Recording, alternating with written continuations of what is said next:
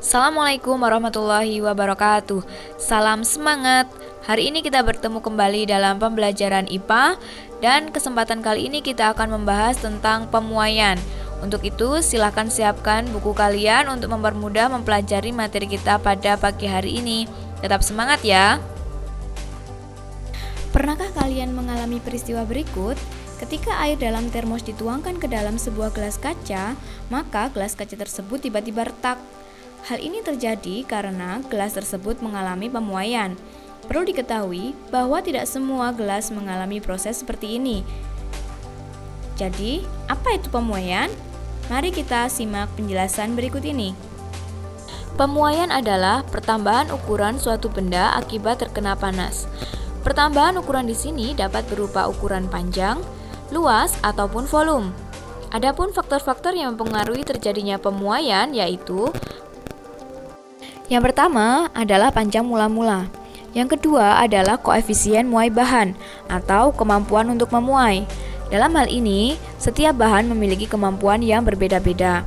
Misalnya, besi dengan aluminium, nanti kemampuan memuainya pun akan berbeda. Yang ketiga adalah perubahan suhu. Semakin besar perubahan suhunya, nanti tingkat pemuaiannya juga akan berbeda. Pemuaian dapat terjadi pada zat padat, zat cair, ataupun zat gas. Untuk memudahkannya, kita bahas satu persatu. Zat padat apabila dipanaskan, maka akan mengalami pemuaian.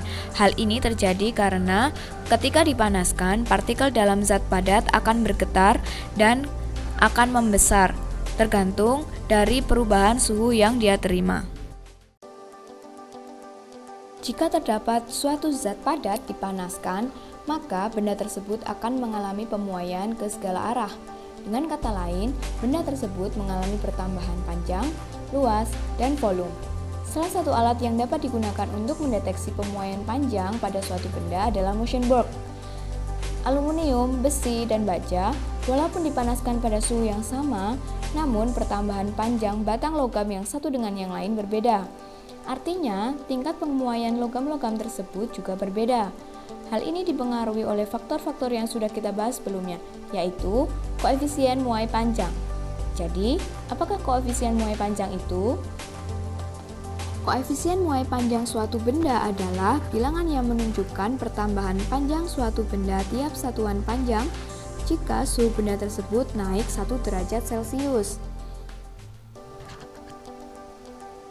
Sekarang kalian perhatikan lingkaran merah ini.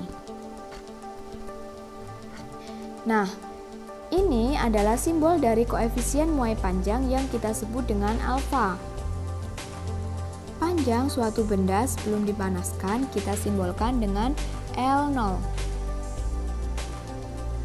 Atau kita sebut dengan panjang mula-mula.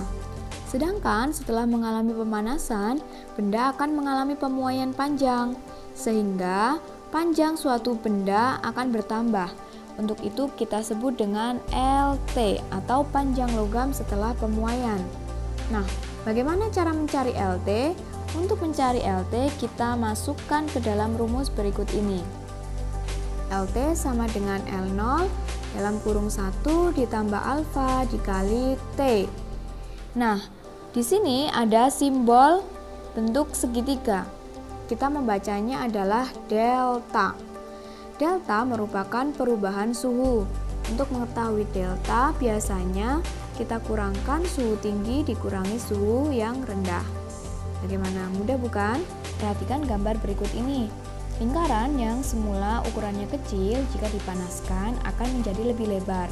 Hal ini menunjukkan bahwa pada benda tersebut mengalami pemuaian. Koefisien muai luas disimbolkan dengan beta. Kalian perhatikan lingkaran merah yang saya tunjukkan ini. Ini adalah simbol dari beta. Beta besarnya adalah 2 kali alfa.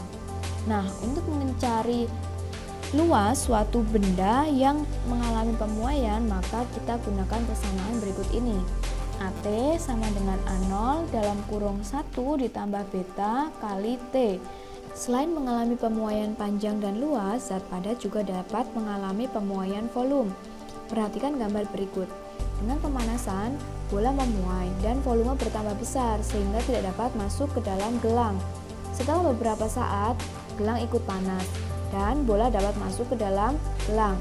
Itu berarti panas pindah dari bola ke gelang dan diameter membesar. Ini membuktikan bahwa ada pemuaian volume. Nah, untuk mengetahui pemuaian volume, kita lihat persamaan berikut ini. Kalau tadi kita kenal dengan alfa, beta, sekarang kita kenal dengan gamma. Ya, ini adalah simbol dari gamma. Gamma tersebut adalah koefisien muai volume, di mana besarnya sama dengan 3 kali alfa. Nah, bagaimana untuk mencari volume logam setelah pemuaian? Kita menggunakan persamaan berikut ini. Vt sama dengan V0 dalam kurung 1 ditambah gamma kali delta T. Nah, untuk mengetahuinya sama dengan prinsip mencari pemuaian panjang dan pemuaian luas. Berbeda dengan zat padat, zat cair tidak mengalami muai panjang dan muai luas, namun zat cair mengalami muai volume. Semakin besar panas yang diberikan dan kenaikan suhunya semakin tinggi, maka pemuaian pun semakin besar. Pemuaian pada zat cair umumnya berbeda-beda. Akibatnya, walaupun mula-mula volume zat cair sama, namun setelah dipanaskan volumenya akan berbeda-beda. Perhatikan simulasi berikut. Air, bensin, dan alkohol dipanaskan secara bersamaan. Ternyata pemuaian yang terjadi pada ketiganya berbeda-beda. Sama halnya dengan zat padat dan zat cair, zat gas juga akan mengalami pemuaian jika dipanaskan dan akan mengalami penyusutan jika didinginkan. Perhatikan simulasi berikut.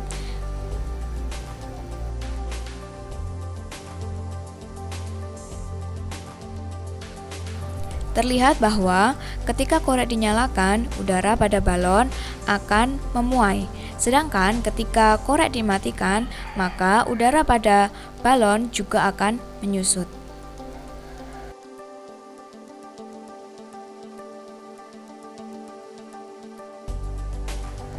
Berikut ini adalah aplikasi pemuaian zat dalam kehidupan sehari-hari. Misalnya, rel kereta api yang bengkok karena panas, sehingga pada pemasangan rel kereta api biasanya diberikan celah agar rel kereta api tidak bengkok ketika besi mengalami pemuaian. Yang kedua, kabel listrik biasanya dibuat kendur, sehingga pada malam hari tidak mengalami penyusutan dan putus.